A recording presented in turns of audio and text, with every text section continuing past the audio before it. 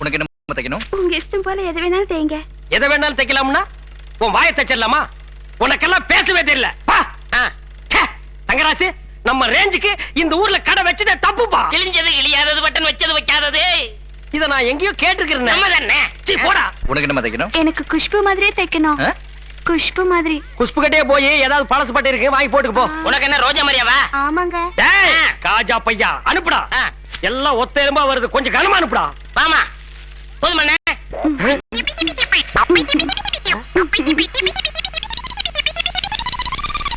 உனக்கு என்ன மாதிரிமா? உலக அழகி ஐஸ்வர்யா ராய் மாதிரி தைக்கணும்.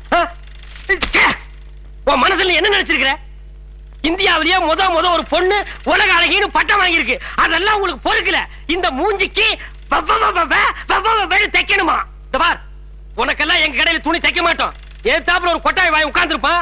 அவங்கிட்ட கொண்டு போய் உன் மூஞ்சியை காட்டு, தைக்க அனுப்பான். திருப்பி விடுறா. போமா. அள்ளிட்டு போடா. மாமா நான் தைச்சு தரேன். போ. இல்ல மூஞ்சிய பாரு, உம்முன்னு இருக்கு.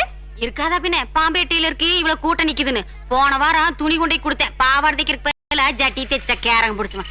பாக்குறது பாரு காவிட்டி வாய. தங்கராசி, இங்க பாருப்பா, மலை மாதிரி குமிஞ்சிருக்கு. எழுதி எழுதி எனக்கு கை வலிக்குதுப்பா. ரொம்ப டயர்ட் ஆகிட்டேன்ப்பா. நானும் அளவு சொல்லி சொல்லி ரொம்ப டயர்ட் ஆயிட்டேன். மீதியை நீங்க பாத்துக்கோங்க கோவா. நாய தண்ணி கிண்ணி போட்டுக்க மேல சாயிரா. இல்லண்ணே டயர்டா இருக்குண்ணே. ஏண்டா நாங்க 2 பேரும் தான் வேலை செஞ்சோம், டயர்ட் ஆகிட்டோம். நீ சும்மா தான் நின்னுட்டு இருந்த. போன்னு சொன்னேனே. அதுக்கே டயர்ட் ஆகிட்டியா? அங்க திரும்பி பாரு. ஐயோ 2 மைல் இருக்கு இருக்க.